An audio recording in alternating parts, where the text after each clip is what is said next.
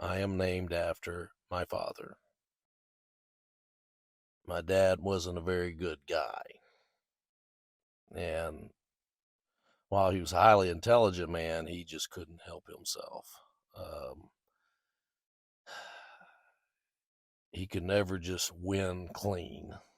He always had to do something untowards, even when he was ahead. And he helped me crash and burn early in my career. We haven't spoken 25 years. I don't really remember the scar on my face. The story went on for a long time. I remember we went over to some people's house. They had a German Shepherd. We had a German Shepherd in our house. My mother loved German Shepherds. I remember grabbing the dog around the neck and say, "Let's wrestle with the dog." And that's all I basically remember. When they told me when I came in, you could see my whole upper and lower teeth and jaw. Over 500 and something stitches on the outside alone. But I remember my uncle one time, I guess he was in the lunchroom after some kids teased me about it, and he caught me outside the lunchroom door.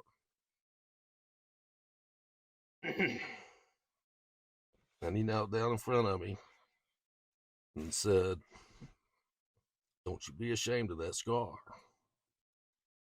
God gave you that scar."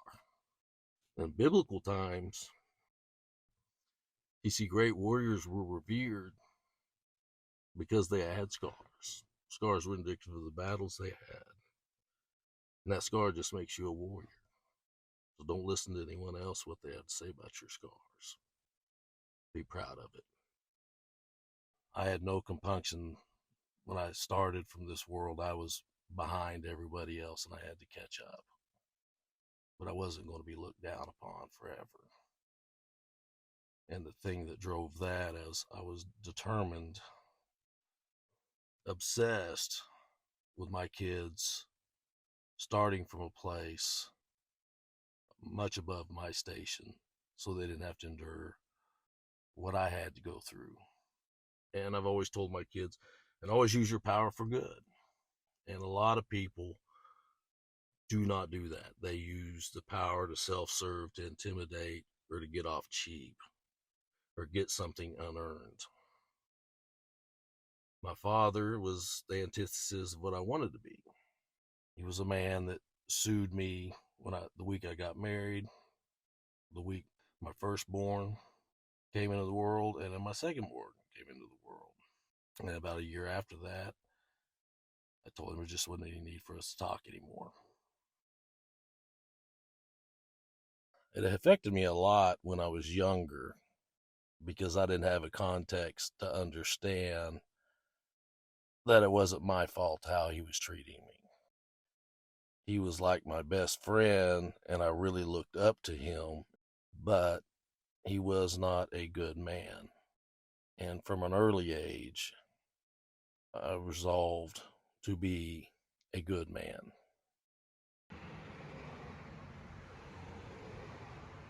At my core, I have absolutely been the same person, and it hasn't always served me the best because I'm a very hard-headed, strong-willed, stubborn, outspoken person, and I can be loud.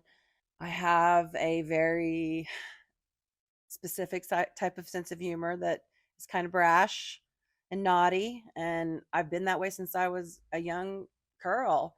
I've always kind of pushed the limits. From my parents would tell stories from the time I was a toddler. When they would tell me not to do something, I would literally call to their attention and do exactly what they had just told me not to do. So yes, and I'm still that person. I still push limits. I still am loud and brash and have a naughty sense of humor. I cuss like a sailor, but there have been times in my life where I have pushed that part of me down, but it just comes right back because it is who I am to my core. But at the same time, I mean, I'm loyal to a fault, honest to a fault. I love hard. So, yes, and I'm a very passionate person. So, yeah, I've been that way my whole life. To be a woman that is strong and confident, it's important to me to not allow my emotions to play into things, because that's such a characteristic that people associate with women. But I think being a woman, I don't think there's a gender that's any better than a woman, because we're what give this world life. We give society life. And becoming a mother, it changed everything I am. I mean, you no longer put yourself first when you become a mom. I I have tried to emulate the mom that I had. I was lucky enough to have an amazing mom. And so for me, I just wanted my kids to have that same thing and those same experiences and know that love. My mom has Alzheimer's and she's in late stages, but when we're with her and we get to spend time with her, there are such strong parts of her personality that even though she doesn't know my name anymore, she still is so specific in what she likes and what she doesn't like.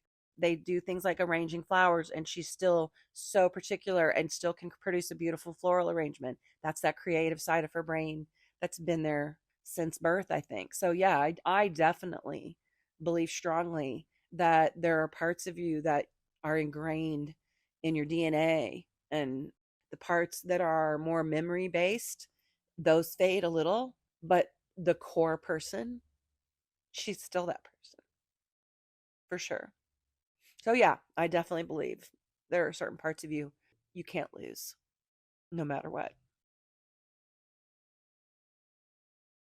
Parts of me that I don't like. I can be a perfectionist. I I feel like to the point where like something's not right, it weighs on me, like um like an OCD sort of thing or a compulsive sort of thing. I don't like the way I look sometimes. I don't like the way I take pictures. I don't like that. I feel like I'm sometimes putting on a front around people that I haven't met before, and I can tell when I'm doing it. I don't like that. Still do it. I think you determine what parts of you are fleeting and what's concrete. I think that's part of being able to form your own identity. It's like things that I don't like, I don't feel like I like to identify with them. I also feel like who you are changes pretty quickly. I think everything is pretty fleeting, like parts of your personality, but I think you can't really capture your personality besides what you talk about it as. So you kind of choose what you want to talk about. I think you have a pretty conscious decision of what you're going to identify with. You know, maybe you have thoughts in your head that you recognize as bad, but externally or internally you wouldn't identify with them. I think just because they're there doesn't mean that that's you. I think it's what you sort of decide is part of you. I think I've definitely evolved, especially over the past 5 years, into a person that I feel like I've had a lot more control over curating, which I think I'm pretty proud of. I don't really feel ashamed to admit that. Um, I think part of it is maturity. I think part of it is striving to, or I guess becoming who you want to be. You kind of step into those shoes that you create for yourself. Still, that being said, I don't think you ever really shed your original skin entirely, at least. Me and I